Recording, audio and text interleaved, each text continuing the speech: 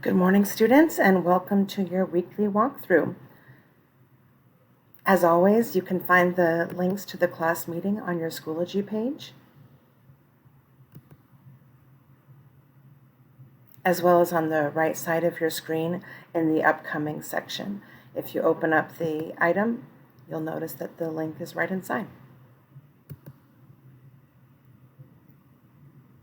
To review this week's work, you can go to the Read First, This Week's Work section in your yellow folder.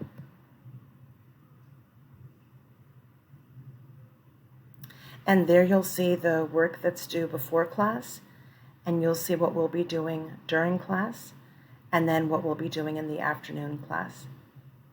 This week we'll be finishing up with our social change projects, and on Thursday or Friday, depending on when you have me, you'll upload all of your work onto one page in your independent work folder in OneNote, and you'll title it Social Change Project.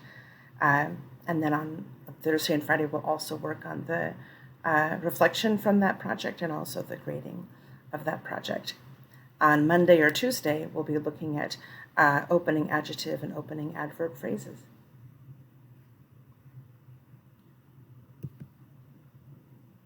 And that's the work for this week. I look forward to working with you.